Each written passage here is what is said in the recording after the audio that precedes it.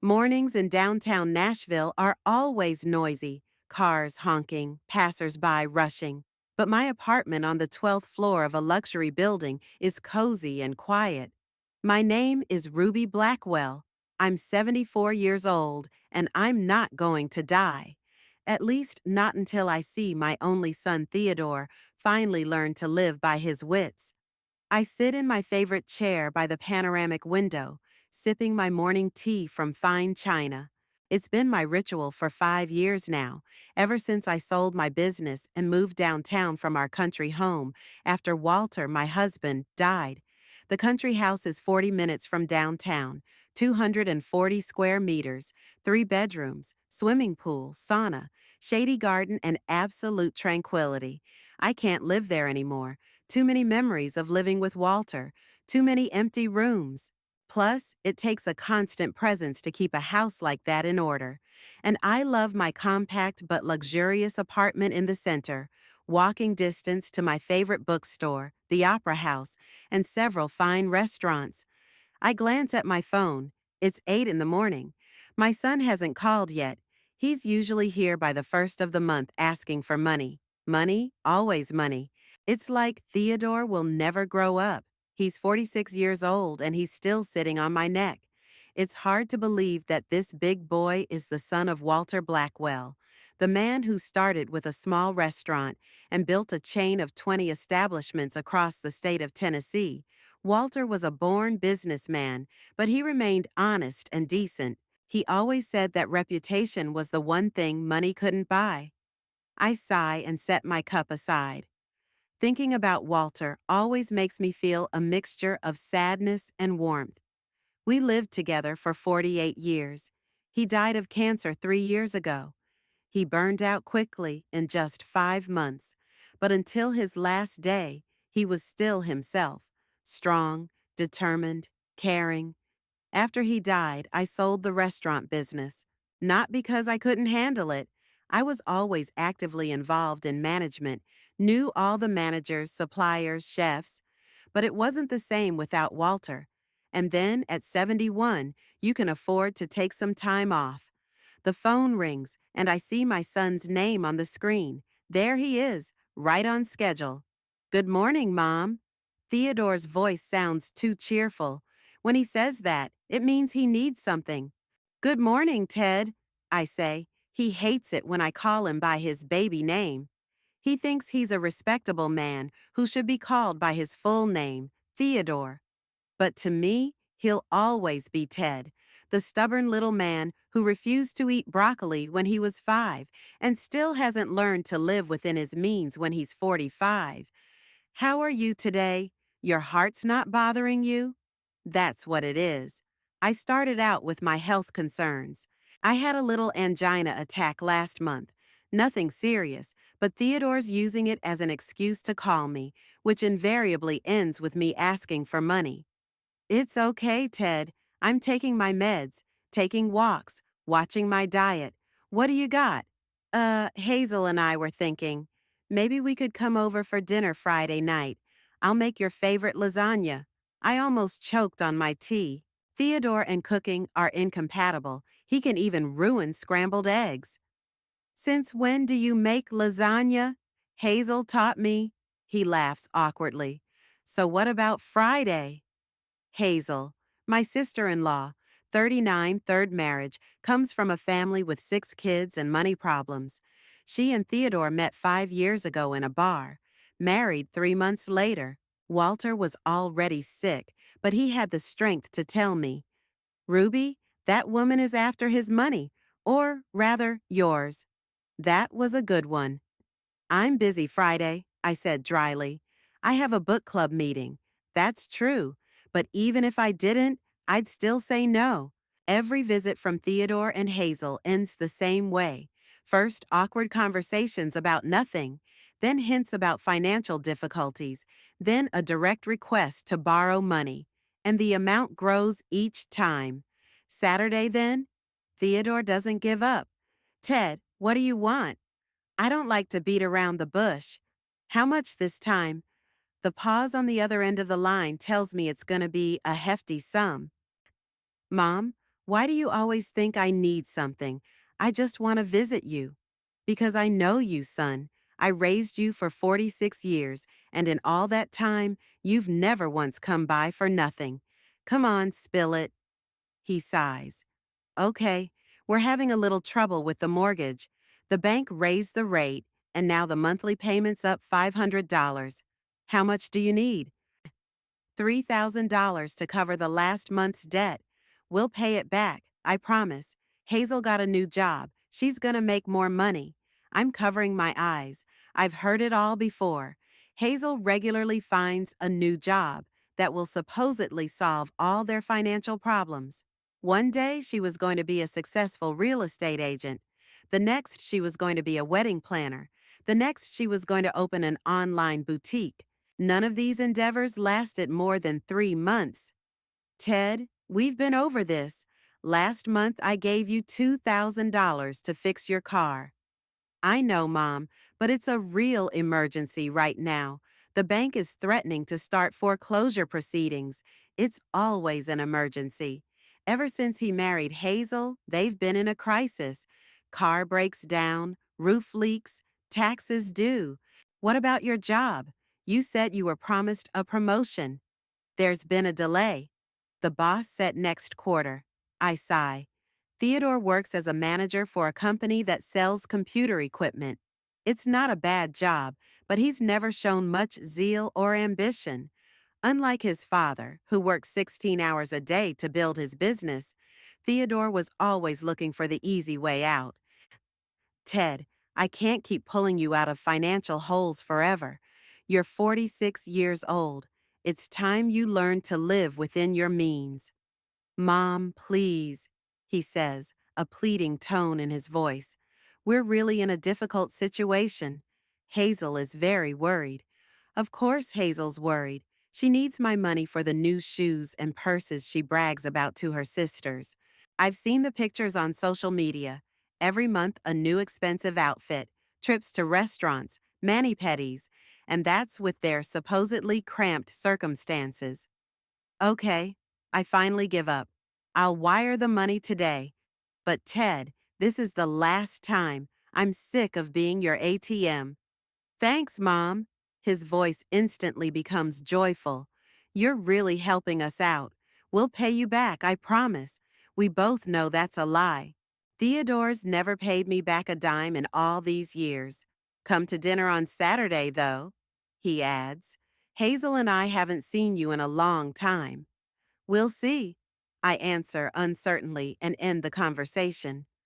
I lean back in my chair, feeling a familiar mix of irritation and frustration. Walter always said that we were spoiling Theodore too much. I didn't want to believe it, but over the years, it's become more and more obvious that my husband was right. Theodore was a late child. I had him at 28, when I had given up hope of motherhood. The doctor said I had trouble conceiving, but then a miracle happened. Maybe that's why we spoiled him. We waited too long, wanted him too much. Walter and I had given Theodore the best of everything: private school, prestigious college, first car, first apartment. We thought we were giving him a head start in life, but in fact, we'd raised him to believe that everything would come to him for nothing, without effort.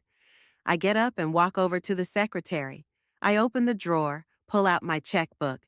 In the digital age, I still prefer paper checks. It may be old-fashioned, but I like to see where my money goes.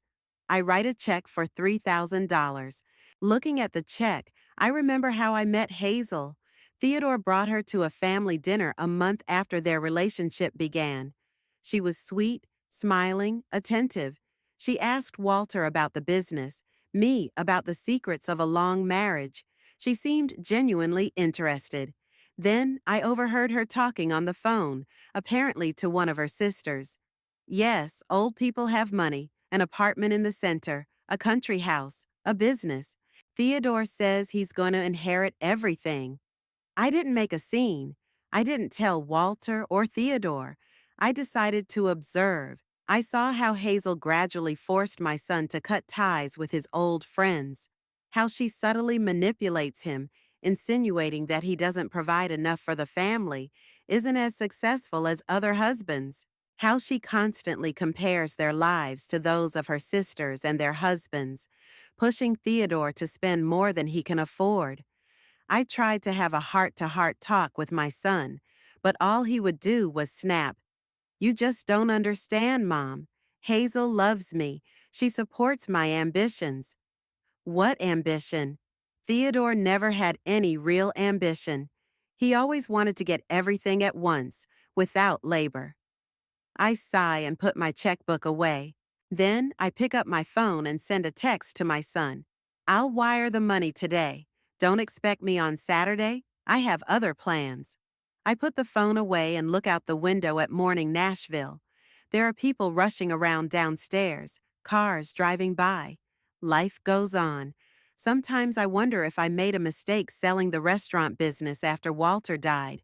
Maybe I should have kept it, offered Theodore a real job there, taught him responsibility. But something told me that would have been a waste of time. Besides, Hazel would probably try to convince him that he was worthy of more than just working in the family business. The intercom buzzes. It's the concierge. "Mrs. Blackwell, there's a grocery delivery man here to see you." "Thank you, George. Let me through. I order my groceries online, another advantage of living downtown. I don't have to carry heavy bags. It's delivered right to my door." A few minutes later, there's a knock. I open and see a young guy with several bags. "Delivery for Mrs. Blackwell." "Thank you. Come in and put it in the kitchen." As the delivery guy sets the packages on the table, I pull out my wallet to tip him. Out of the corner of my eye, I notice how he looks around my apartment, lingering his eyes on the antique furniture, the paintings on the walls, the crystal chandelier. "It's a beautiful apartment, ma'am," he says, accepting the bill. "Thank you," I say, and walk him to the door. I get those looks a lot. People see an old widow living in a luxurious apartment and immediately draw conclusions. For some people, I am a rich old woman who was lucky enough to marry a wealthy man. Others, especially young people, don't even think about the fact that behind all this luxury are decades of hard work.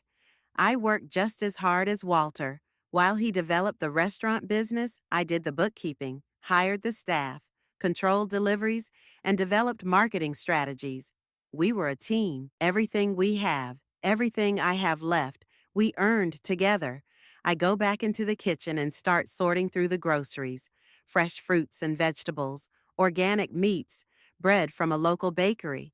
I've always been careful about the quality of my food, and as I've gotten older, I've become even more selective.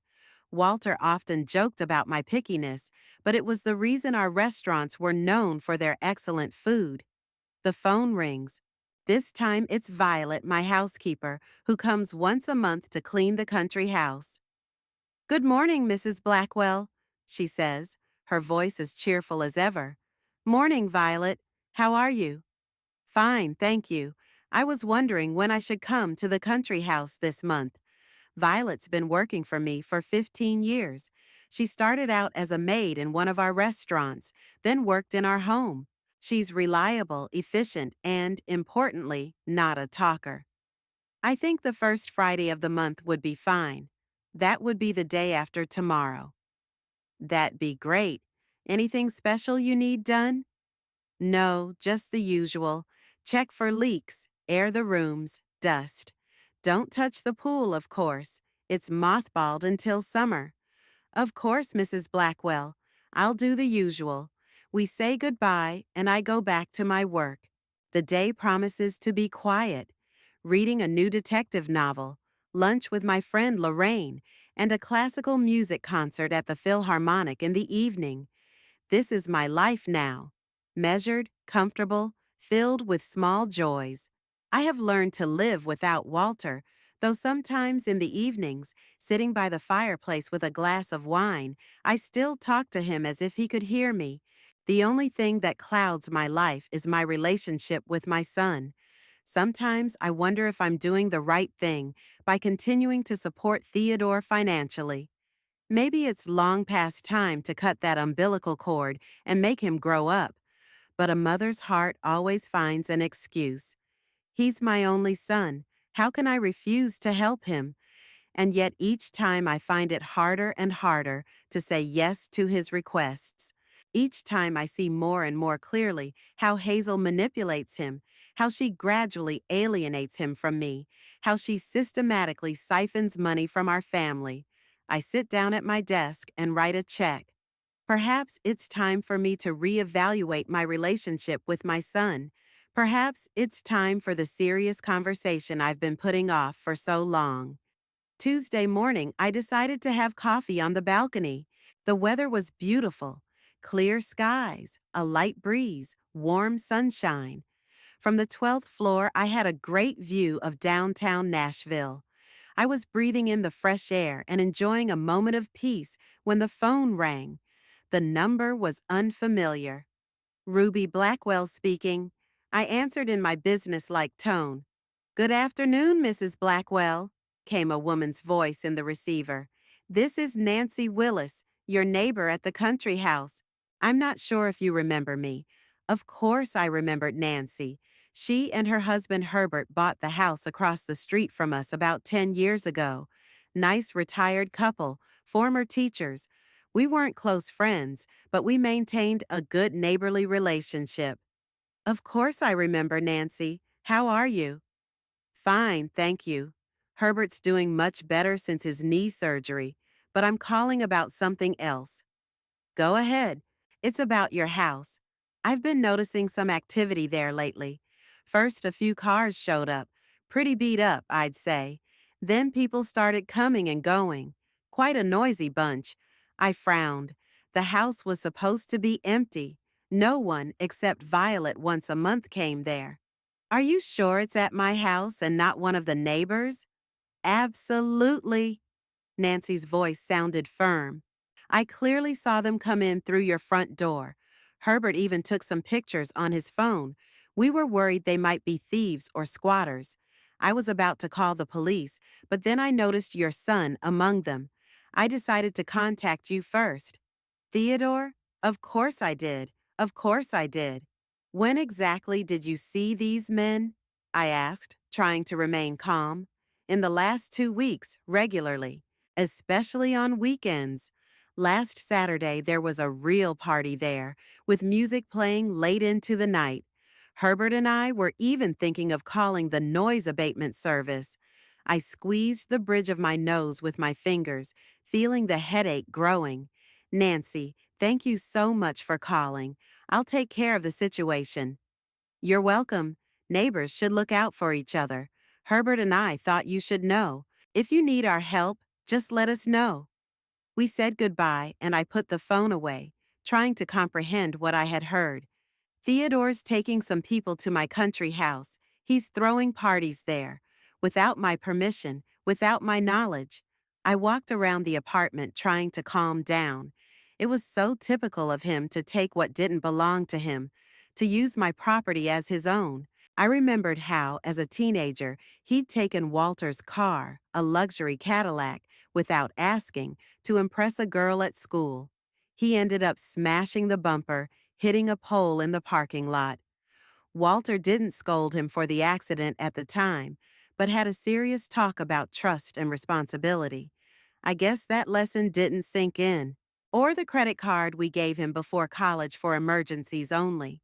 He managed to buy $1,200 worth of video games and fancy clothes in the first month. Walter took the card away and made him get a part-time job to pay back the money he'd spent. But as soon as the part-time job ended, Theodore went back to his old lifestyle. I sighed and dialed Violet's number. The phone was answered after the third ring. Violet Pierce speaking. Violet, it's Ruby. I'm sorry to bother you, but I need your help. Of course, Mrs. Blackwell. Is something the matter? I briefly recounted my conversation with Nancy. So that's why it was so dirty last time, Violet muttered. I thought it was because I'd missed a month with a cold. What exactly did you notice? I asked, feeling the irritation building. not at Violet, but at the situation as a whole. The kitchen was in terrible shape, the dirty dishes in the sink, the stains on the countertops. The guest bedrooms had wrinkled sheets as if someone had slept there. And trash, lots of trash, beer bottles, chip wrappers, pizza boxes. Why didn't you let me know? There was embarrassment in Violet's voice. I thought you knew. I thought Mr. Theodore was there with your permission. He's your son. I didn't want to intrude on family matters. I closed my eyes and counted to 10.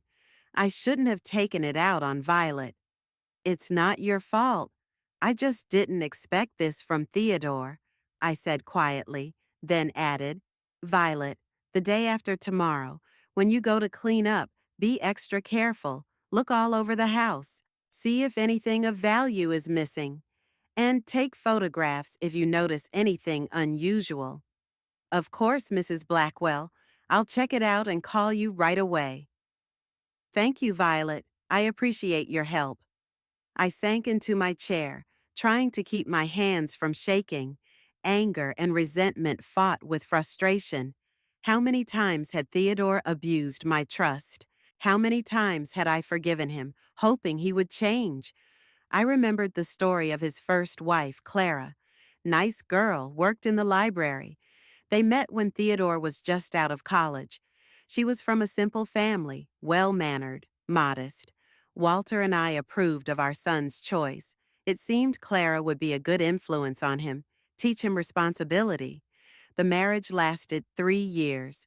During that time, Theodore lost his job twice, and each time Clara found part-time work to pay the bills. And then she found out he was having an affair with one of his co-workers. The divorce was hard. I saw Clara suffer, and I was ashamed of my son. The second wife, Doris, only lasted a year. She worked as a psychologist and apparently quickly understood Theodore's character. After the divorce, she said to me, Mrs. Blackwell, your son will never grow up as long as you solve all his problems for him. I knew she was right, and yet I kept helping him. It was different with Hazel. She didn't try to change Theodore, to make him better. On the contrary, she encouraged his worst qualities, his selfishness, his idleness, his lust for easy money.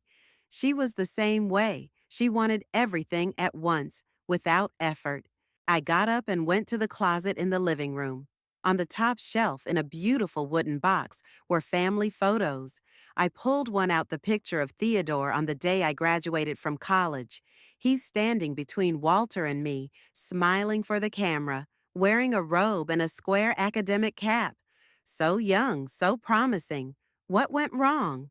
At what point did my boy turn into a man who secretly uses my house to party while he thinks I suspect nothing? Maybe Doris was right. Maybe I'd indulged him for too long, solving his problems, covering for his mistakes. Maybe it was time to call it quits. I put the picture back where it belonged and sat down at the computer. I opened my email and started checking the account statement the bank sent every month. Looking through the recent transactions, I noticed a few unusual ones. 3 online payments to a furniture store that I definitely didn't make. In total, almost $4,000. A cold rage swept over me. Theodore wasn't just using my house without permission. He was buying things for it on my dime. I called the bank and reported the unauthorized transactions. Then I changed all my passwords and ordered a new credit card. Finally, I called my attorney, Michael Harris, who had been handling our family's affairs for 20 years. Michael, I need your advice, I said when he answered. It's about my son. I told him about the situation with the country house and the questionable transactions. I want to know what my legal options are. Ruby, Michael's voice sounded concerned. Technically, Theodore has committed trespassing in your home. Keys to the house don't mean you have the right to use it. And unauthorized payments from your card is fraud. You can file a formal complaint with the police. I don't want to go to the police, I sighed. After all, he is my son. But I need to set clear boundaries. Then I can issue a formal warning, a legal document stating that Theodore has no right to use your property without explicit permission, and that further violations could result in legal consequences. Sounds reasonable, I agreed. Prepare such a document, but don't send it yet. I want to talk to Theodore in person first. If you say so, but the document will be ready if I need it. We said goodbye, and I leaned back in my chair, feeling a mixture of determination and fatigue. It was time to stop this vicious circle. It was time to make Theodore accountable for his actions. I remembered how he'd talked me into being a loan guarantor for his business idea, an online platform for local musicians a few years ago. Theodore convinced me that it would be the next Spotify. I was hesitant, but eventually agreed. He seemed so enthusiastic, so confident of success. The business ran for 6 months. Theodore hired a few friends, rented a fancy office in an expensive neighborhood, bought fancy equipment, but he couldn't attract users. When the money ran out, he simply closed the company and left me to pay off the loan $45,000 with interest. Walter was furious then. "Ruby," he said, "you're too soft on the boy. He'll never learn responsibility if you bail him out every time." Walter was right, always right about Theodore, and I refused to see the obvious. The doorbell rang. I looked at my watch. It was about 2 in the afternoon. I wasn't expecting anyone. As I approached the door, I looked through the peephole and saw a familiar figure. Theodore. Something made me not rush to open it. Instead, I watched through the peephole as he shuffled impatiently from foot to foot, fixing his hair, checking the time on his phone. Finally, I opened the door. "Ted, what a surprise," I said dryly. "What brings you to see me in the middle of the day?" "Hi, Mom." He smiled his trademark disarming smile. "I was in the neighborhood for work and thought I'd stop by. May I?" I stepped back, letting him into the apartment. He walked into the living room and sat on the couch like he owned the place. I noticed he was wearing an expensive new suit and a watch I hadn't seen before. "Would you like something to drink?" I offered. "Tea? Coffee?" "Coffee would be great." He leaned back on the couch. Tough day at work. I went into the kitchen, turned on the machine, and waited for the coffee to brew. Part of me wanted to tell Theodore what I thought of his antics with the country house, but the other part of me wanted to be patient, not to show my cards too soon. Let him tell me why he was here. When I returned with 2 cups of coffee, I sat down in the chair opposite my son. "So," I said, "what really brought you here, Ted?" He took a sip of coffee, then set the cup on the table. "Can't I just visit my mom?" "You could, if you ever did it just for fun, not when you need something." He had the nerve to look insulted. "Mom, why do you always think of me that way? I'm really worried about you. You've been living here alone since that heart attack." "It wasn't a heart attack, but a mild angina attack," I corrected. "And I'm doing just fine on my own. Cut to the chase, Ted. Why are you here?" He sighed, finally realizing that his usual tactics weren't working. "Okay, remember I told you about Hazel's new job? She got a job with a company that organizes events, and her first big project is a fundraiser for a local hospital. It's a chance for her to prove herself." I nodded, not sure where he was going with this. "So?" "The party is this Saturday, but the venue they'd booked unexpectedly turned them down. Something with the license or insurance, I didn't get into the details. And now Hazel's in a panic. If she doesn't find a new place, she could be fired." I was starting to see where he was going with this, and I didn't like it. "And you thought of my country house?" "Exactly." He glowed. "It's the perfect place. A large hall, beautiful grounds, the possibility of an outdoor buffet, and it would help Hazel keep her job." I stared at my son, not believing my ears. After everything that had happened, after he'd used my house without asking, spent my money, He had the nerve to ask for a favor? Ted, I said slowly, controlling every word, you're already using my country house. Without my permission. His smile trembled. What are you talking about? Don't pretend you don't understand.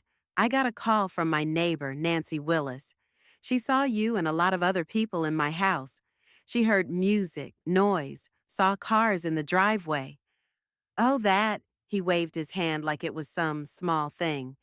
Yeah, Hazel and I have stopped by there a couple times with friends. The house sits empty most of the time anyway. I figured you wouldn't mind. I don't mind.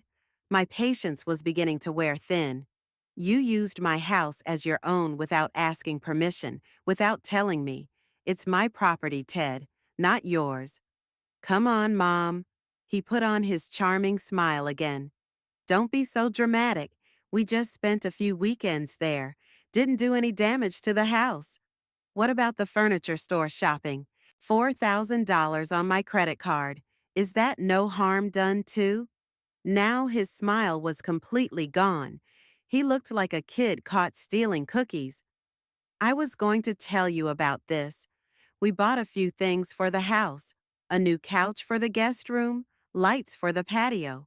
They're improvements. They add value to the house. Without my permission, Ted. You spent my money without my permission. He remained silent, avoiding my gaze.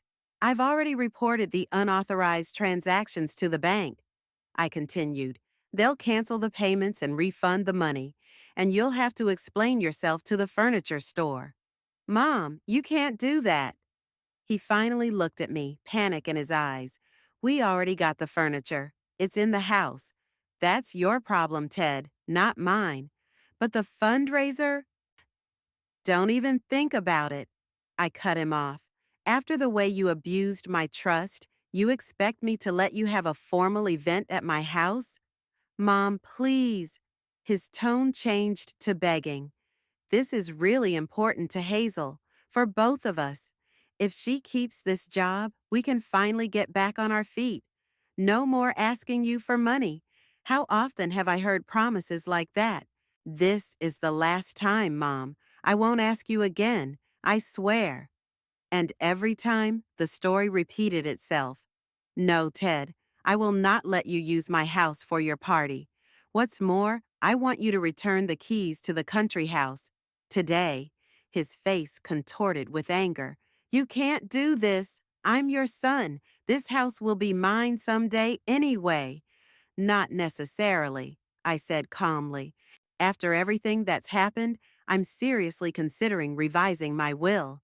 It was a bluff, but Theodore didn't know it. His eyes widened with shock.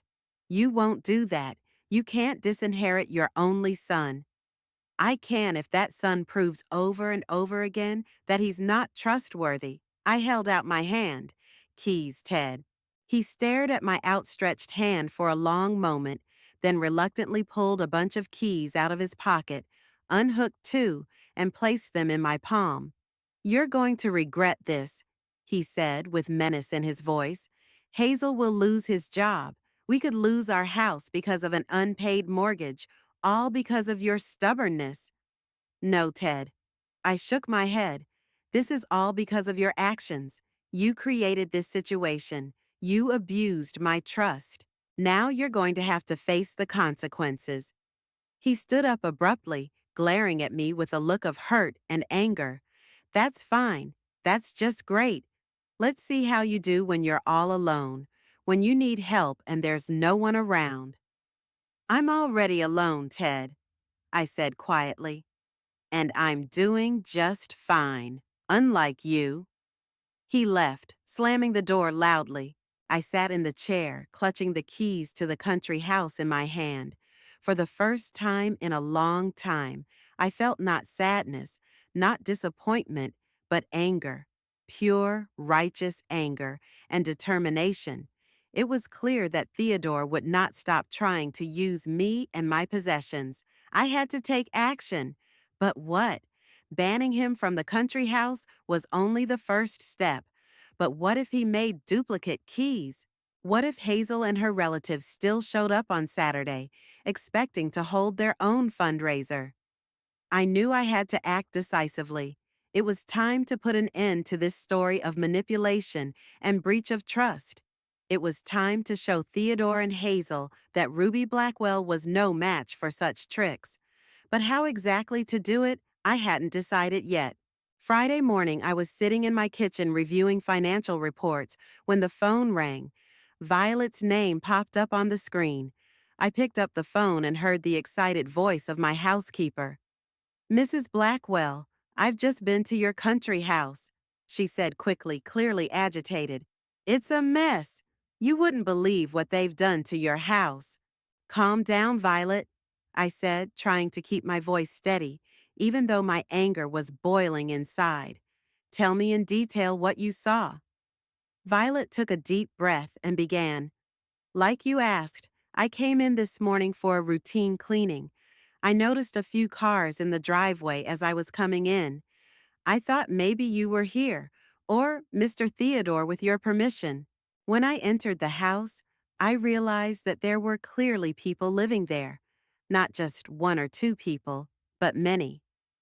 "What exactly did you see?" I tried to speak calmly, but my hands were beginning to tremble. The living room had been rearranged, and there were glasses, alcohol bottles, and pizza boxes everywhere. The kitchen was in a terrible state, a mountain of dirty dishes, leftovers, even stains on the floor. The guest bedrooms have clothes strewn about, bedding wrinkled. In the master bathroom, used towels lay on the floor. I clenched my free hand into a fist. "What else?" "The pool?"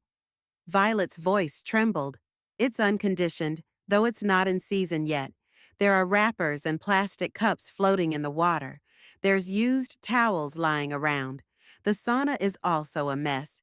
Empty bottles, someone's flip-flops, wet bathing suits. Was anyone in the house when you arrived?" "No, Mrs. Blackwell, the house was empty, but it looked like they'd just left. The coffee machine was still warm, and the TV was on in one of the rooms, and the strangest thing was—" She got confused. "What was?" "I found some printed invitations in the main living room. It said there was a fundraiser for the Nashville Children's Hospital tonight. It's being organized by someone named Hazel Price."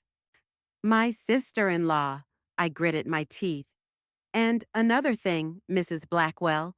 Violet's voice was clearly troubled. "I've noticed that some of your things have disappeared. The antique silver candlesticks that were on the mantelpiece, and your vinyl record collection. All that was left was an empty shelf. It was too much." I could feel the blood pounding in my temples. "Violet, thank you for the information. You don't have to keep cleaning today. I'll take care of the situation myself."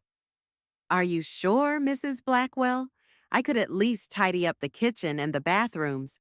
"No, that's okay. I don't think it's going to be clean anytime soon." I hung up the phone and sat still for a while, trying to calm down and collect my thoughts.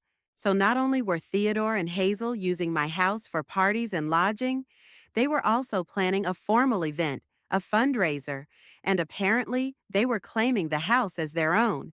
And most outrageously, they'd already started moving my stuff around. I got up and headed for the bedroom. I pulled an elegant black dress out of the closet, the same one I'd worn to Walter's funeral. It would serve a different purpose tonight.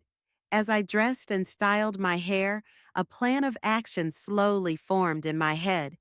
First, I had to get the paperwork ready, the title to the house, pictures of Walter and me in the house, old utility bills in my name.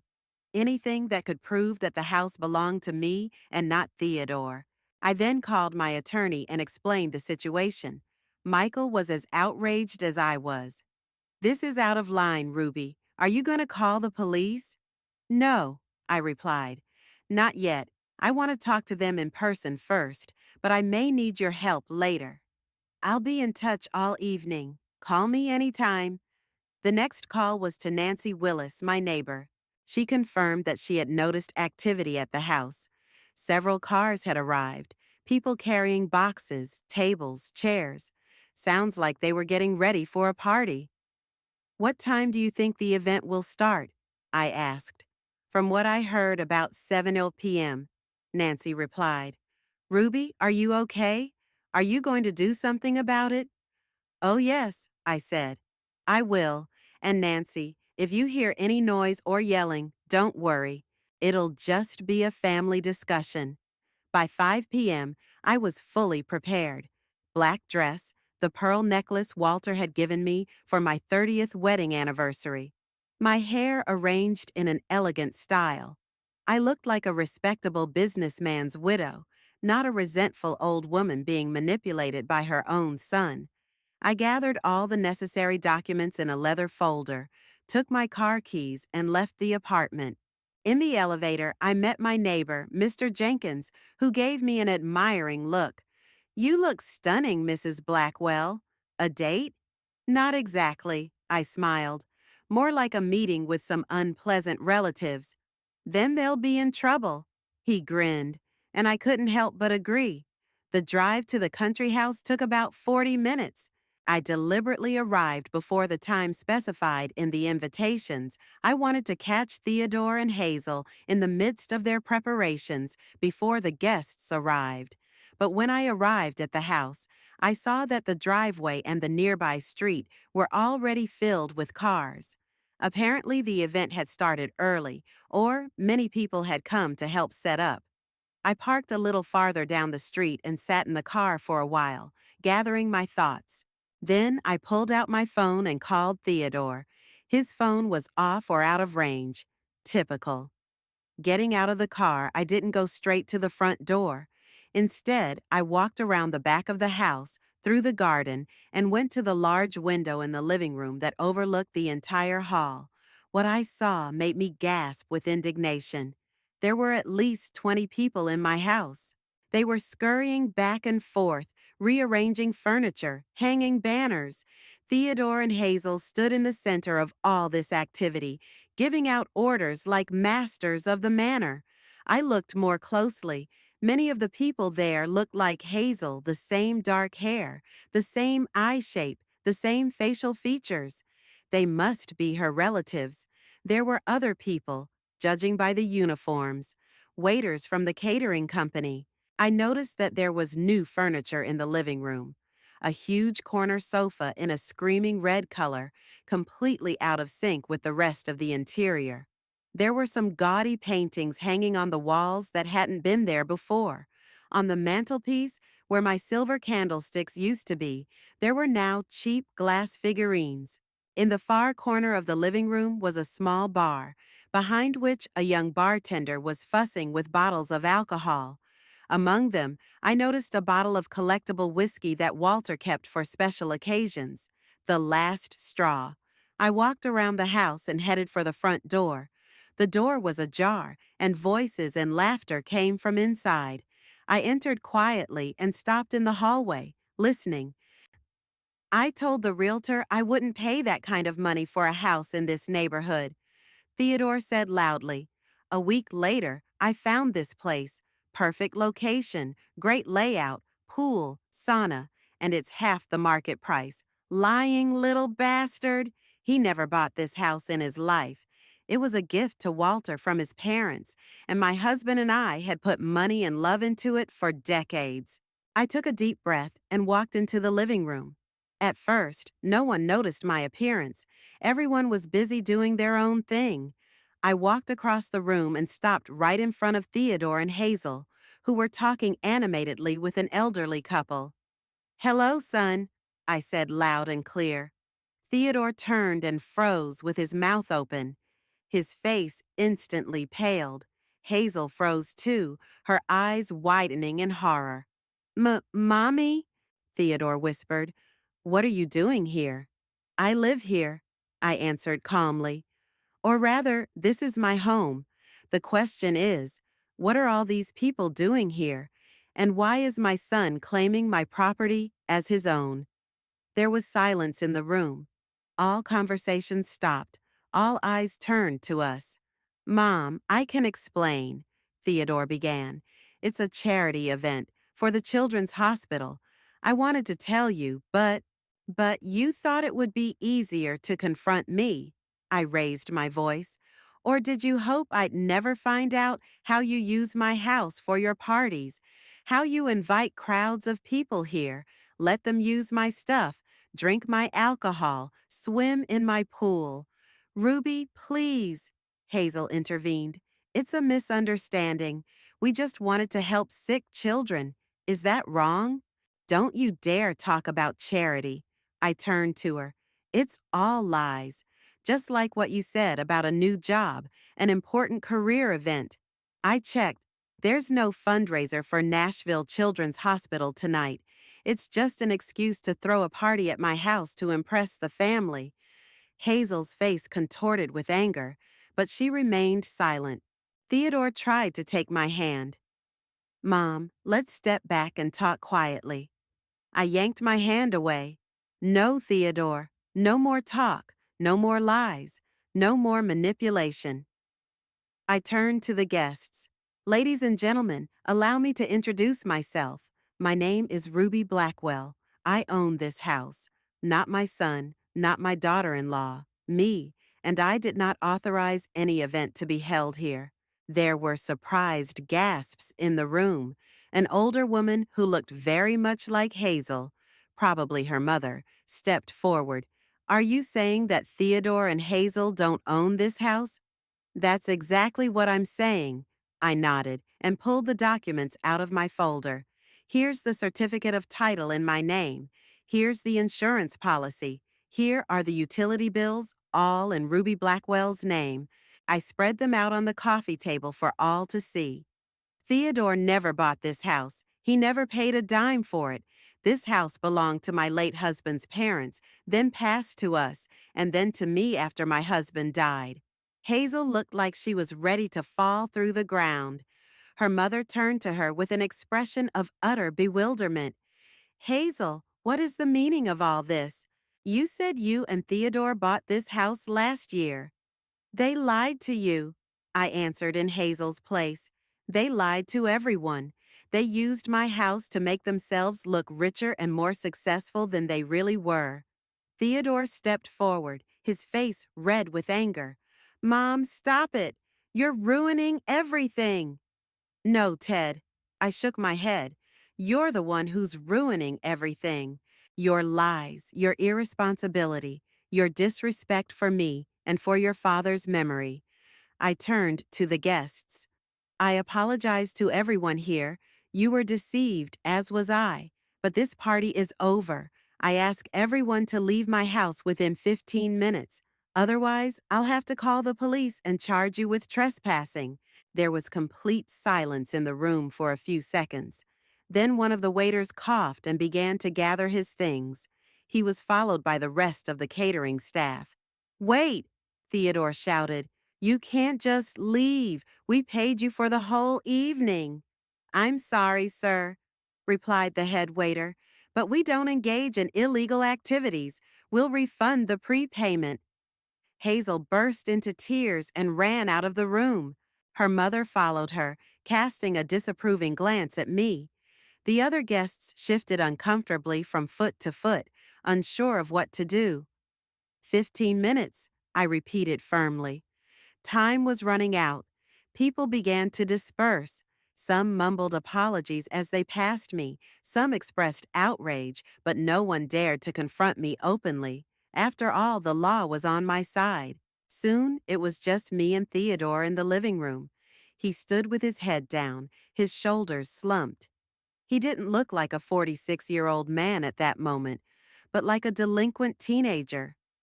How could you do this, Mom? He asked quietly. Embarrass me in front of everyone. How could you do that to me?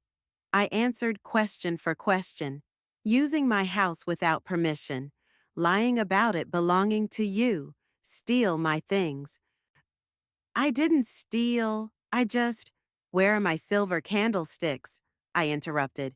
Where's your father's vinyl record collection? Where's the antique clock that stood in the hall? He was silent, avoiding my gaze. I already called the police. I lied. They're going to investigate the theft. If you and Hazel return everything you took, maybe I won't press for prosecution. Mom, please. He finally looked at me. There were tears in his eyes. You don't understand. We're in a desperate situation. The bank is threatening to foreclose on our house. Hazel has massive credit card debt. We just wanted to solve our problems at my expense. I finished for him, like we always do. But it's not going to work this time, Ted. I'm done. I pulled an envelope out of my purse and handed it to him. What's this? He asked. A legal notice from my lawyer. I forbid you and Hazel from entering this house without my written permission.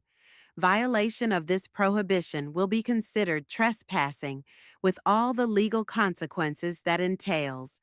He took the envelope with trembling hands. You can't do this. I'm your son. That's why I didn't call the police as soon as I found out about your shenanigans. That's why I'm giving you a chance to return the stolen goods without legal repercussions. But that's where my patience ends. At that moment, Hazel entered the room. Her eyes were red from crying, her makeup smeared across her face. Are you happy? She screamed. You've ruined everything. My family will never treat me the same. They think I'm a pathological liar. And aren't you? I asked calmly. You lied to them about the house, about your imaginary career, about the fundraiser. You lied to me about your financial problems, about your new job, about paying back your debts. Your whole life is built on lies, Hazel. And my son, unfortunately, has decided to follow your example. Don't you dare accuse me. She took a step forward. This is all your fault. You could have just given this house to Theodore because he's going to inherit it when you die. But no, you cling to your money and possessions as if you're going to take them to the grave with you. I looked at her with pity. After today, I highly doubt Theodore will inherit this house. I've already contacted a lawyer about changing the will. Hazel's face contorted with rage. She rushed toward me, but Theodore caught her. Hazel, stop it! You're only making it worse. She broke free of his grip and turned to him. You spineless weakling, you can't even stand up for your inheritance. If you were a real man, we wouldn't be in this position. That's enough, I said firmly. I'm not going to listen to this bickering in my own house. You have 24 hours to return all the things you took. After that, I'm changing the locks and installing a new alarm system. If any of my valuables are not returned, I'll go to the police. That's my final word. I turned and headed for the exit. Behind me, I could hear Hazel continuing to yell at Theodore, accusing him of all the deadly sins. My son answered nothing. As I left the house, I took a deep breath of the fresh evening air. I felt a strange mixture of relief and sadness. On the one hand, I had finally put an end to this story of manipulation and lies. On the other, I realized that I may have lost my son forever. On the way to the car, I met Nancy and Herbert Willis, who were watching curiously from their porch. Is everything all right, Ruby? Nancy asked. We heard the screams. Everything's fine, I smiled. Just a little family discussion. Thank you for your vigilance. If you see any strange activity around my house again, call me right away. They nodded, and I continued on my way to my car. As I was getting behind the wheel, Hazel came running out of the house. She got into her car and drove off with a squeal of tires, not even looking back. Theodore stayed in the house, probably packing or just unsure of what to do next. On the way home, I thought about what had happened. Perhaps I had been too harsh. Perhaps I should have found another way to resolve the conflict. But deep down, I knew I had done the right thing. For too long, I had let my son and his wife manipulate me. For too long, I had turned a blind eye to their lies and disrespect. It was time to end it. And yet, as I drove up to my home in downtown Nashville, tears came to my eyes. I remembered Theodore as a little boy, curious, laughing, loving. Where had that child disappeared to? At what point had he turned into a selfish, lying man who used his own mother? I wiped away my tears and squared my shoulders. Now was not the time for regrets. I'd done what I had to do. And if it meant severing my relationship with my son, well, that was the price of self-respect and dignity. The morning after the scandal, I woke up with a heavy head. The events of last night were replayed over and over in my mind. The astonished faces of the guests, Hazel's anger, Theodore's pathetic excuses. I didn't regret my actions, but I still felt emotionally drained. Glancing at my phone, I found 15 missed calls and 23 messages, most from Theodore, a few from Hazel, and even a couple from unfamiliar numbers. I put the phone away, not wanting to start the day with another dose of drama. After a cup of strong tea and a light breakfast, I decided to look through the messages after all. From Theodore: Mom, we need to talk. Please respond. We can explain. Hazel is hysterical. You ruined her reputation. Only one message from Hazel: You'll regret what you did. A threat. How typical of her. I sighed and dialed the number for the security company that was installing the alarm system at my city apartment. Good morning, I said. I need to change the locks and install an alarm system in my country house right away. How fast can you do it? In case of an urgent order, we can send a team today, answered the operator, but it will cost more. Price is not a problem, I replied. The sooner the better. We agreed that the crew would be there by noon. I called Violet and asked her to meet them and supervise the work. Of course, Mrs. Blackwell, she said. What about your things? Did Mr. Theodore return anything? I'm just about to find out, I said. I'll keep you posted. The next call was to the lawyer. Michael listened to my account of yesterday's events with professional calm. You made the right decision, Ruby, he assured me. You should document all the missing items for a possible lawsuit. I'll prepare all the necessary paperwork. Thank you, Michael. Yeah. The conversation was interrupted by the doorbell. I apologized to the lawyer and promised to call back later. I went to the door and looked through the peephole. Theodore stood on the doorstep, with disheveled hair and bags under his eyes. I took a deep breath, gathering my thoughts, and opened the door. Mom, he started without greeting. We need to talk. He looked awful, like he'd been up all night. He was wearing the same clothes as yesterday, only more wrinkled, and he smelled faintly of alcohol. Come on in. I stepped back, letting him into the apartment, though I doubted we had much left to talk about after last night. Theodore walked into the living room and sank heavily onto the couch. Look, what happened yesterday? It was a misunderstanding. A misunderstanding? I raised my eyebrows. You used my house without permission, passed it off as your own, let my stuff get stolen. It's not a misunderstanding, Ted. It's a deliberate breach of trust. We didn't steal your stuff, he exclaimed. Just moved some of it. Where exactly did you move the silver candlesticks? And your father's vinyl collection? And the antique clocks? He lowered his eyes. Hazel took some of the items to a pawn shop. We needed money to pay for catering and other party expenses, but we were going to buy it all back. With what money, Ted? I was trying to be calm, but I was seething inside. You went into debt to throw a fake charity event to impress Hazel's relatives. Where would you have gotten the money to buy back the mortgaged items? We'd ask you, he said quietly, and there was so much blatant insolence in those words that it took my breath away. So you stole my stuff, pawned it, and then planned to ask me for money to buy it back? I shook my head. Ted, are you hearing yourself? Do you realize how that sounds? He jumped up from the couch and paced the room.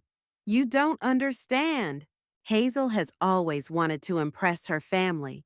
They think she's a loser because she doesn't have the same education as her sisters, doesn't have a prestigious job. Last night was important to her, for both of us. And that's why you decided to lie? To pass my house off as yours? Use the name of the children's hospital for a fake charity event? I shook my head. Ted, that's not only dishonest, it's illegal. Fraud and forgery. No one would have gotten hurt, he exclaimed.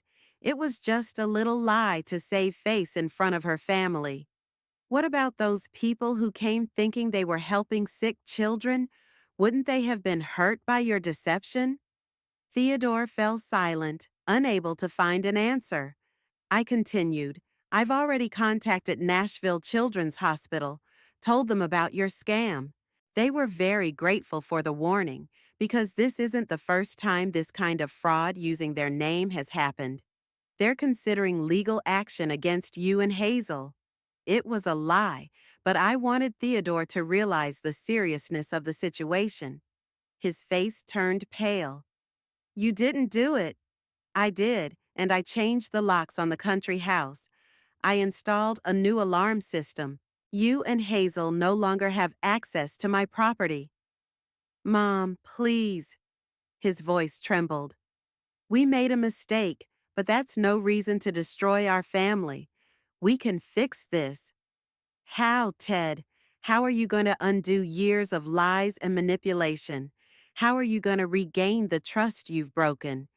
He sank back down onto the couch, covering his face with his hands. I don't know, but there has to be a way. There is, I said firmly. I've made a list of everything that's missing from the house. You and Hazel have to return every single one of them within a week. If anything isn't returned, I'll file a theft report with the police. A week? He raised his head. But some of the items have already been sold. We'll need more time to find buyers and… 1 week, Ted, I interrupted. That's my final word. If you can't return the items themselves, you'll be reimbursed. And I expect a written apology from both of you, to me and to the hospital. He looked at me in disbelief, as if seeing me for the first time. You're really gonna do this? Report your own son to the police? Did you really steal from your own mother? I parried. You see, Ted, the connection between actions and consequences works both ways. He stood up, clearly realizing the conversation was over. I'll talk to Hazel. We're gonna try to get it all back. One more thing, I added as he headed for the door. I'm revising my will. After yesterday, I'm not sure I want to leave my money and property to a man who doesn't respect me and my boundaries. Theodore stopped, his shoulders tensing. You can't do that. I'm your only son. I can, and if your only concern is about the inheritance and not your relationship with me, it only confirms that my decision is correct. He left with a loud slam of the door. I sank into the chair, feeling a strange mixture of sadness and relief. For the first time in years, I was truly confronting my son's manipulations, and it was both painful and liberating. The phone rang again, an unfamiliar number. Ruby Blackwell speaking, I answered. Mrs. Blackwell? It was a woman's voice.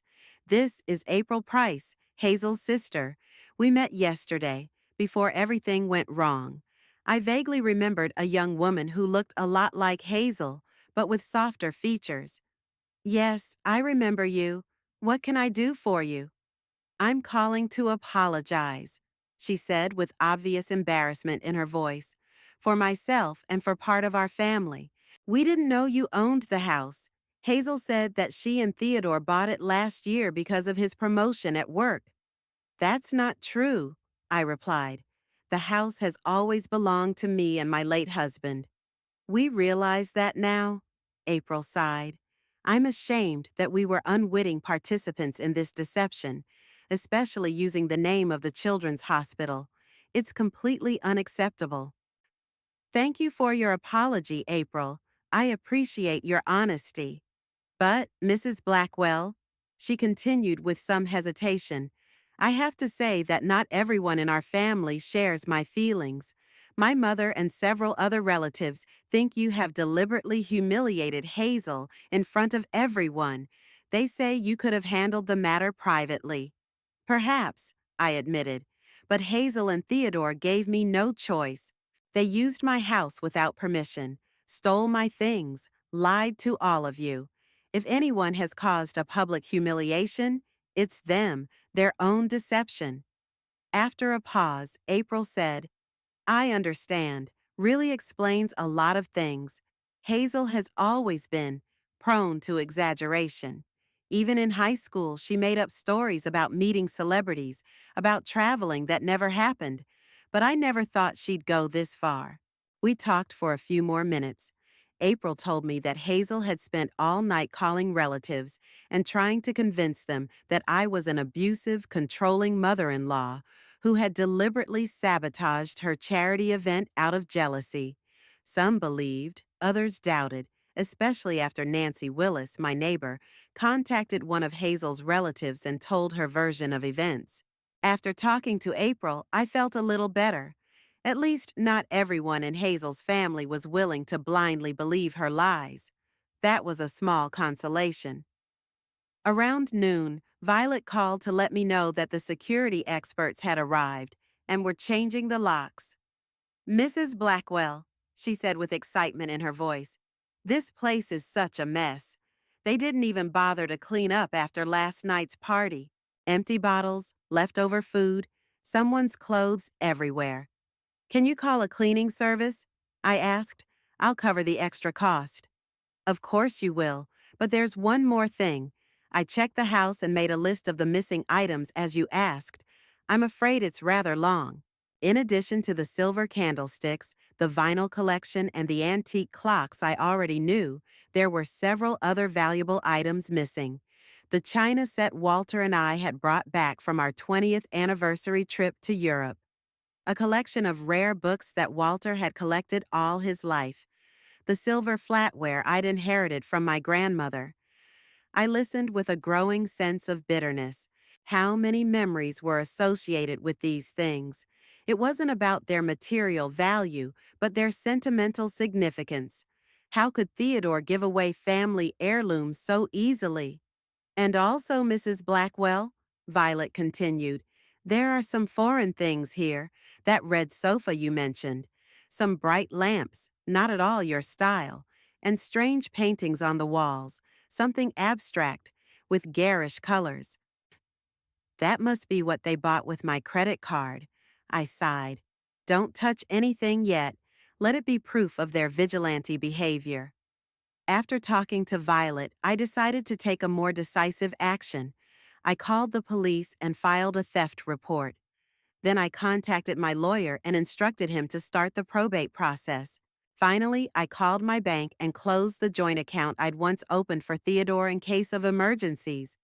Just when I was done with these things, I noticed that the phone was ringing off the hook again. This time it was Loretta Price, Hazel's mother. I hesitated, but answered. How could you do this? She began without greeting. You humiliated my daughter in front of the whole family, disgraced her. She could lose her job because of you. Mrs. Price, I replied calmly, your daughter and my son have used my house without permission, stolen my belongings, and lied to everyone about their financial situation. If anyone has embarrassed Hazel, it's Hazel herself by her actions. They just wanted to do a charity event to help sick children. What's wrong with that? That it was a lie, I said firmly. There was no charity event planned. It was just an excuse to throw a party to impress your family. You can't know that? Yes, I can. I checked. Nashville Children's Hospital doesn't know about any fundraiser organized by Hazel Price. And by the way, using a charity's name for a fundraiser without their consent is fraud. There was silence on the other end of the line. Then Loretta spoke less confidently. Hazel said she had all the necessary authorizations. She lied, I answered simply. Like she lied about owning my house, how she lied about her job, how she lied about her financial situation. You don't understand. Loretta's voice trembled. Hazel has always struggled for acceptance in our family. Her sisters are all so successful doctor, lawyer, businesswoman, and Hazel has always been different. She had a harder time with her studies, couldn't find her calling. Maybe she exaggerated her accomplishments a little, but only because she wanted us to be proud of her. I felt a sudden stab of sympathy. Not for Hazel, for her mother, who was still trying to justify her daughter despite the obvious facts. Mrs. Price, I understand you're protective of your daughter. It's natural. But what Hazel and Theodore have done is indefensible. They stole my things, many of which have great sentimental value. They abused my trust. They lied to you, to me, to everyone around them. After a long pause, Loretta asked in a quiet voice, "What are you going to do?" "I've already filed a theft report with the police, but I'm willing to withdraw it if all my things are returned within a week." "Yeah, talk to Hazel," Loretta said after a pause. "Try to convince her to do the right thing." We ended the conversation on that note. I felt a strange mixture of emotions: anger at Theodore and Hazel's actions, sadness at their broken relationship, but also a certain relief at having finally said all that had been building up over the years. In the evening, Violet called me with good news. The locks had been changed, the alarm system had been installed, and the house had been cleaned by a cleaning service. She also informed me that Theodore had come over, tried to enter with his key, but after discovering the new locks, had left. "He seemed very upset," Violet said. "He said something about how you had no right to change the locks, that it was his inheritance." "He's wrong," I said. "The house belongs to me, and I decide who has access to it." "Thank you for everything, Violet. I'll stop by tomorrow to assess the damage in person." In the night, I was awakened by a phone call. Theodore, obviously drunk, was mumbling something about Hazel leaving him, that everything had fallen apart, that it was my fault. I listened in silence, not interrupting. When he finally ran out of steam, all I said was, "Ted, you need help. Not my financial support, but professional psychological help. Think about it." And I hung up. I couldn't sleep for a long time, thinking about how we got to this point. Where did I go wrong in my parenting? What could have been done differently? Or was it just Theodore's character, which had always been like that, a little selfish, prone to taking the path of least resistance? In the morning, I drove to the country house. Violet wasn't exaggerating. Despite the cleaning service's efforts, there were signs of mismanagement everywhere: scuffs on the parquet, stains on the upholstery, scratches on the countertops. But what struck me most of all were the empty places where things dear to my heart had once stood. I walked through the rooms, making a mental list of what was missing. In the living room, candlesticks and clocks. In the study, the vinyl collection and rare books. In the dining room, the china set and silverware. And lots of other little things I didn't even notice right away. The master bedroom, which had once been Walter's and mine, now had a new bed, a huge one with an ornate headboard. Tasteless reproductions of abstract paintings hung on the walls. Everything screamed of an attempt to create the appearance of luxury without any real understanding of style or taste. I sat on the edge of this foreign bed and let the tears finally break through. I cried not so much for the missing items, but for the broken trust, the broken relationships, the lost hopes. I cried for the son I seemed to have lost forever. When the tears dried, I felt a strange calm. Well, if this was the end of my relationship with Theodore, at least I would know that I had done my best. I'd given him countless chances, forgiven him over and over, supported him financially and emotionally. If all of that wasn't enough, then I'm not the problem. The phone rang. April Price's name popped up on the screen. "Mrs. Blackwell," she said excitedly, "I'm calling to tell you something important. I saw some of your things at my mother's house. Silver candlesticks, some old records. Hazel must have given them to my mom for safekeeping. Thank you for the information, April, I replied. I really appreciate your honesty. I know Mom is doing the wrong thing by hiding these things, but she's always been overprotective of Hazel, even when she was clearly wrong. I thought you should know. I thanked her again and ended the conversation. So, the missing items aren't at the pawn shop like Theodore claimed. Hazel's mother has them. That made things easier. Now I knew where to turn. I called the lawyer and gave him the new information.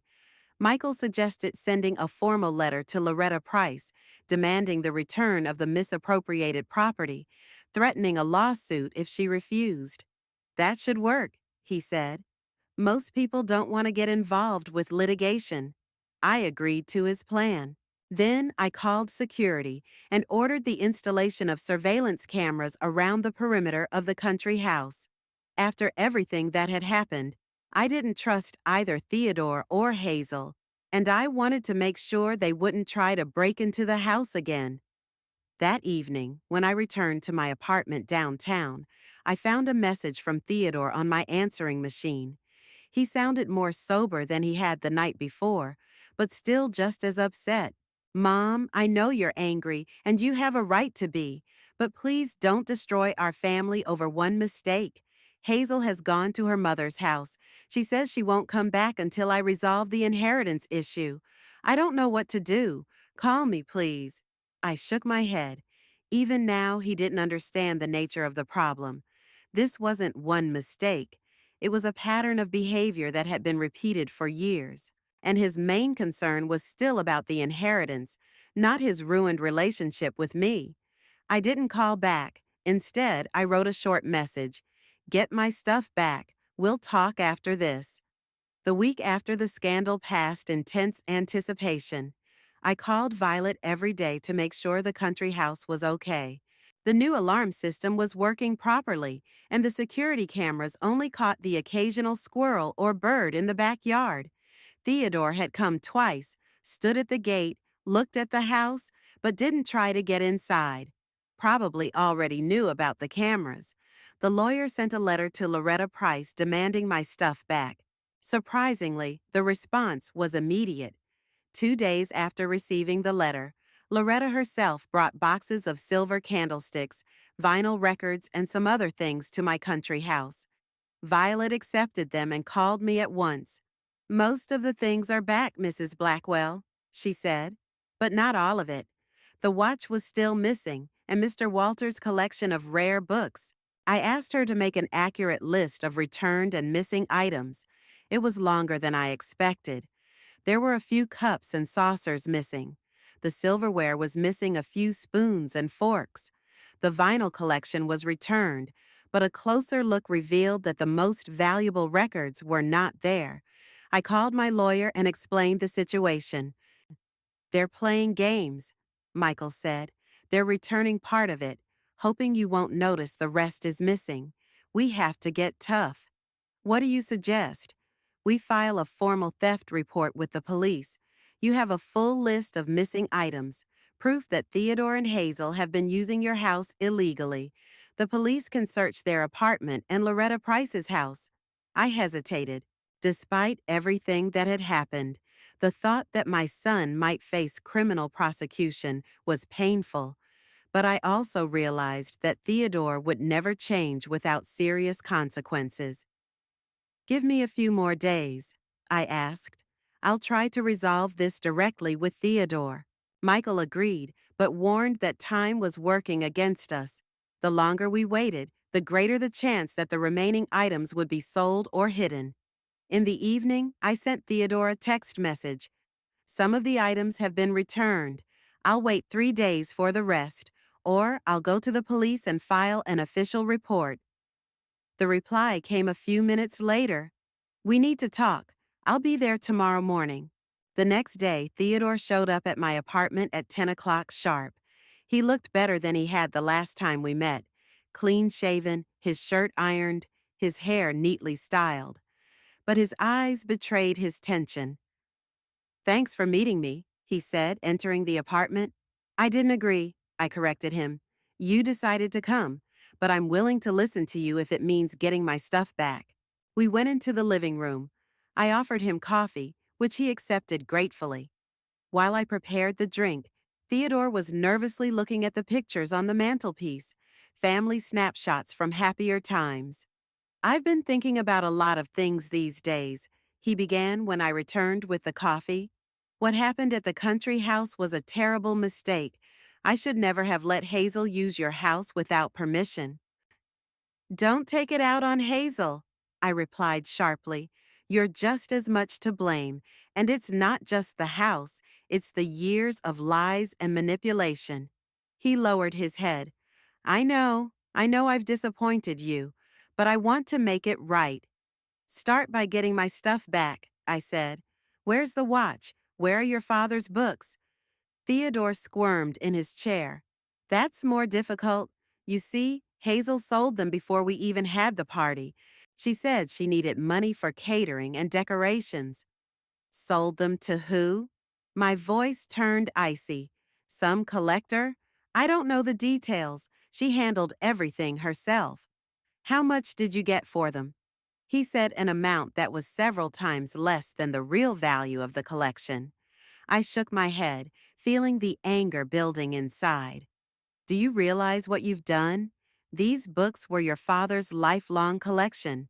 Some of them were rare, collector's items. And the clocks? They belonged to your great-grandfather. I know.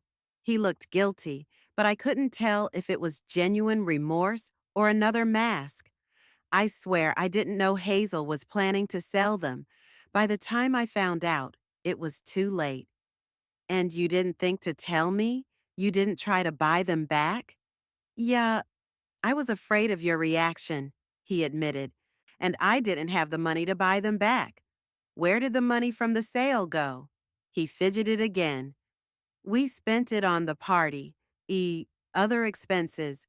Like what? Hazel bought new clothes, some designer bag. Said she needed to look presentable for the fundraiser. I closed my eyes, trying to control my emotions. Family heirlooms, years of collecting all of it, had been sold for next to nothing, so Hazel could buy a designer bag and throw a fake charity event.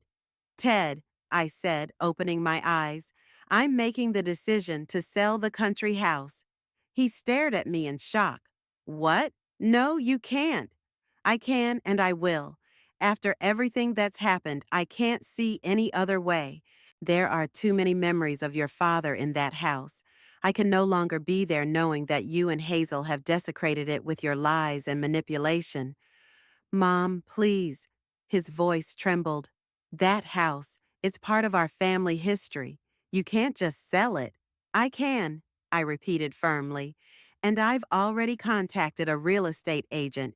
He's coming next week to appraise the house. Theodore jumped to his feet, his face contorted with anger. You're doing this out of spite. You want to punish me by disinheriting me. No, Ted. I remained seated, calm.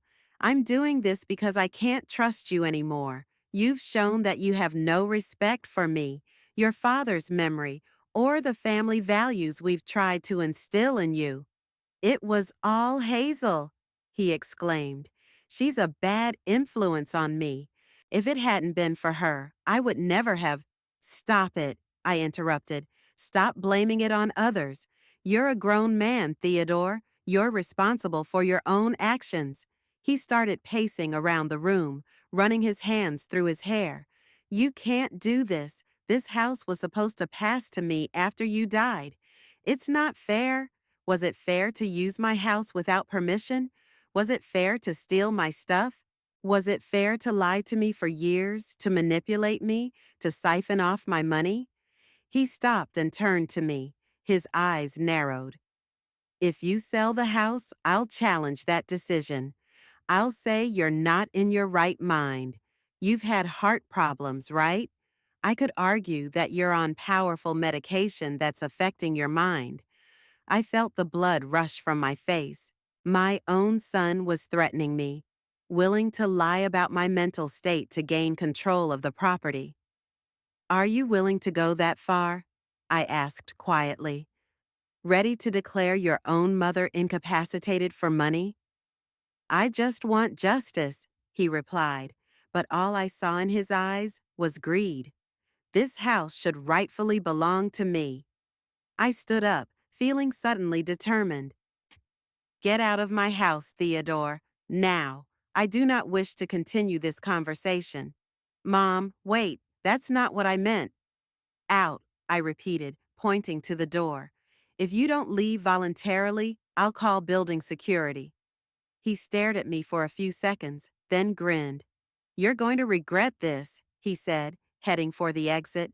When you're all alone, with no family, no support, you'll remember this conversation. I don't have a family, I replied bitterly.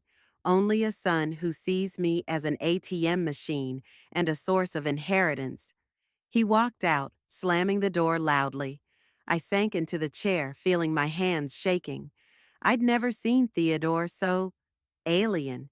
It was as if the mask had fallen away, and I saw his true face, calculating, greedy, willing to do anything for money. That same afternoon, I called my lawyer and told him about the conversation with Theodore, including his threats. Michael was concerned and advised me to get a medical examination to confirm my legal capacity.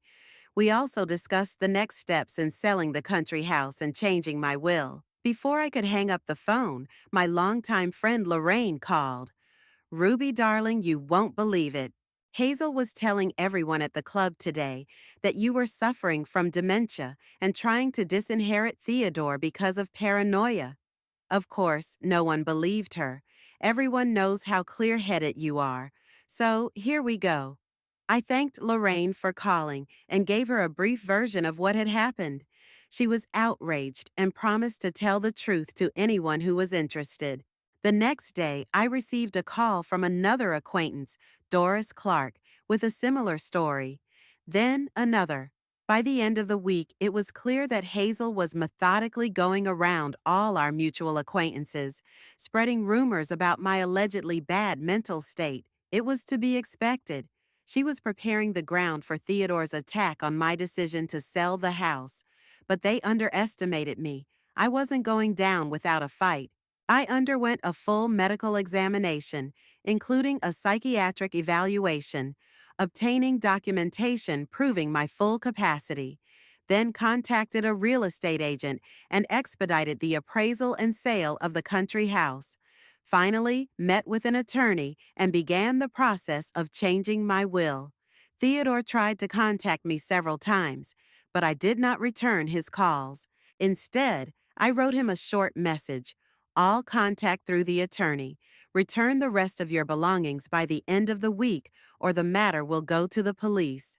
Friday morning, the doorbell rang. A delivery man stood on the doorstep with a package from Loretta Price.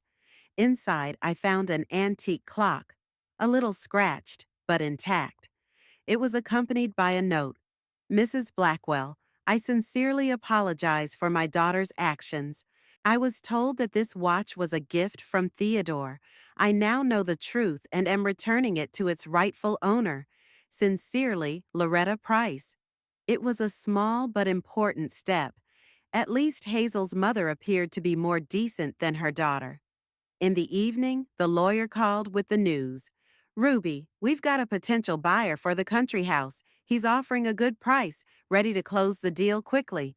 I say go for it. I didn't hesitate for a second. The sooner the house is sold, the less chance Theodore has of stopping it. Get the paperwork done, Michael. I want to close this chapter of my life as soon as possible. In the night, I was awakened by a phone call. Theodore, obviously drunk, was yelling into the phone, "You can't do this to me. This is my house. It's mine. You selfish old bitch. You've always loved money and power. You never cared about me." I listened to this torrent of scolding in silence, feeling not so much anger as deep sadness. What had I done wrong? At what point did my little boy turn into this greedy, embittered man? When he finally ran out of breath, all I said was, "Goodbye, Theodore. I hope someday you'll realize that the most precious things in life can't be bought or stolen." I hung up the phone and decided never to take his calls again. The next day, I met with a realtor, signed the preliminary paperwork to sell the house, and began planning a new life without the toxic relationship, without the manipulation, without the constant feeling of being used. It was painful, but also liberating. I lost my son, but gained freedom. The process of selling the country house was more difficult than I expected, not because of the real estate market. It was booming, and a house in this location was a bargain for buyers. The problem was my son. Theodore, upon learning of my intention to sell the house, launched a real campaign to sabotage the deal. First, he tried to challenge my right to sell by hiring a lawyer who sent me an official letter demanding that I suspend all actions until the question of my legal capacity was clarified. Michael, my attorney, only grinned when I showed him the letter. "Ruby, they're bluffing," he said. "They have no grounds to challenge your competency. You've undergone all the necessary medical examinations, and the doctor's reports are unequivocal. I will respond to this letter accordingly." And he replied. 3 days later, Theodore received a letter listing all the medical reports confirming my excellent mental health, as well as a warning of a possible lawsuit for defamation if he continued to spread false information about my condition. But Theodore didn't give up. His next step was to try to scare potential buyers. Somehow, he found out who was interested in the house and started calling them, telling them a heartwarming story about how his elderly mother, who suffered from dementia, was selling the family nest egg that he was to inherit. I found out about it from a realtor who called me in distress after the first potential buyer suddenly backed out of the deal. I had to take action. I met with the new prospective buyers in person so they could see that I was sane and serious. They were a young couple, Rachel and Brandon Murphy, with 3 children. The house with several bedrooms and a pool was perfect for them. "Mrs. Blackwell," Rachel said after touring the house, "we fell in love with the place, but your son called us, and he said some things that worried us." I nodded and told them the truth of the situation, showing them all the documents proving my right to sell and my excellent health. Michael drew up a supplemental agreement guaranteeing the buyer's protection from any future claims. This convinced them, and we signed a preliminary contract. When Theodore found out, he made direct threats. He called me late one night, drunk, screaming into the phone, "You will not sell this house. I won't let you destroy my inheritance. I will do anything to stop you."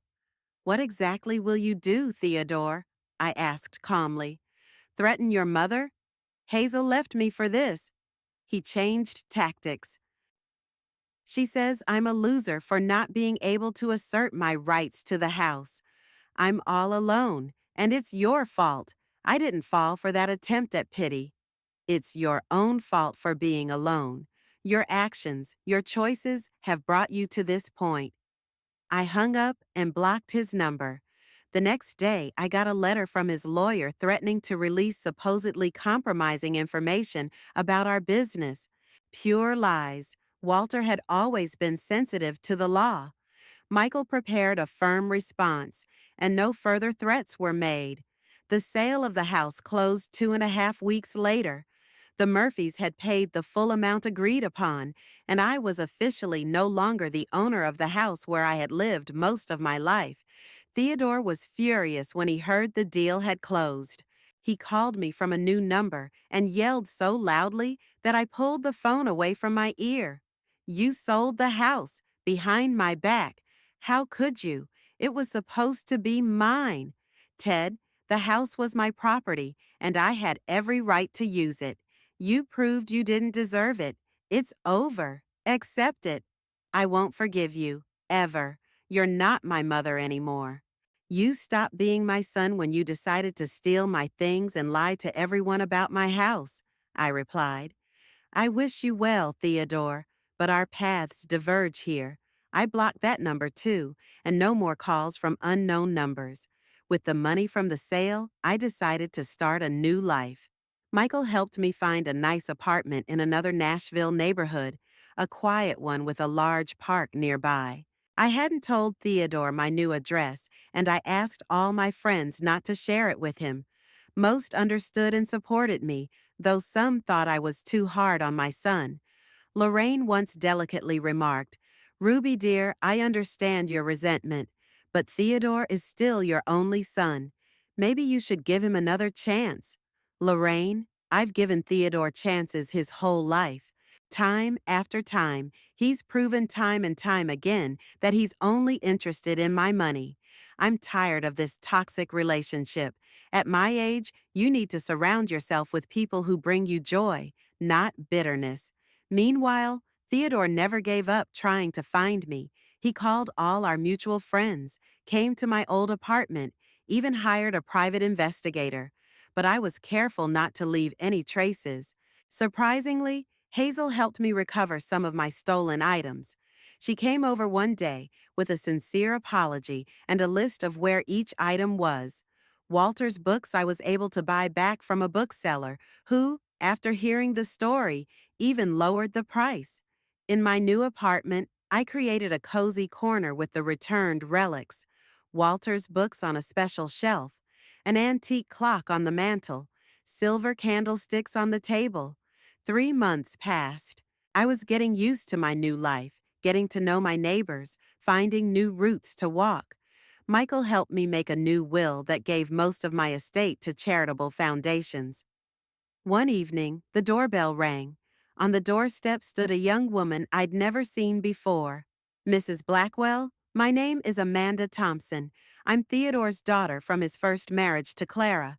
I'm 22 years old, and we've never met because my father forbade my mother to have any contact with you after their divorce." I slowly opened the door. The girl did look like Theodore, but she also had Clara's features, a quiet dignity, a direct gaze. "How did you find me?" "I'm a journalist, so I know how to look for information. Also," Hazel helped. She contacted me on Facebook and told me what had happened. I invited her in, and we talked for a long time. Amanda told me about her life, how Clara had created a loving home for her, while Theodore had little or no involvement in her upbringing. I told her about Walter, about our business, about life in Nashville. As she said goodbye, she asked if she could come again. I agreed, but asked her not to tell Theodore about our meeting. "I know how he can be," she said understandingly. "And I don't blame you for breaking up a relationship. Sometimes it's the only way to preserve your mental health." After she left, I pondered the twists and turns of fate for a long time. I lost a son, but gained a granddaughter. I lost my suburban home, but gained a peaceful home without manipulation. Left a toxic relationship behind, but opened the door to new healthy connections. For the first time in many months, I felt real relief. The heavy weight I'd been carrying for years finally fell. I was free of expectations, guilt, manipulation, and people who only saw me as a source of money. Looking out the window of my new apartment at night at Nashville, I smiled. Life went on.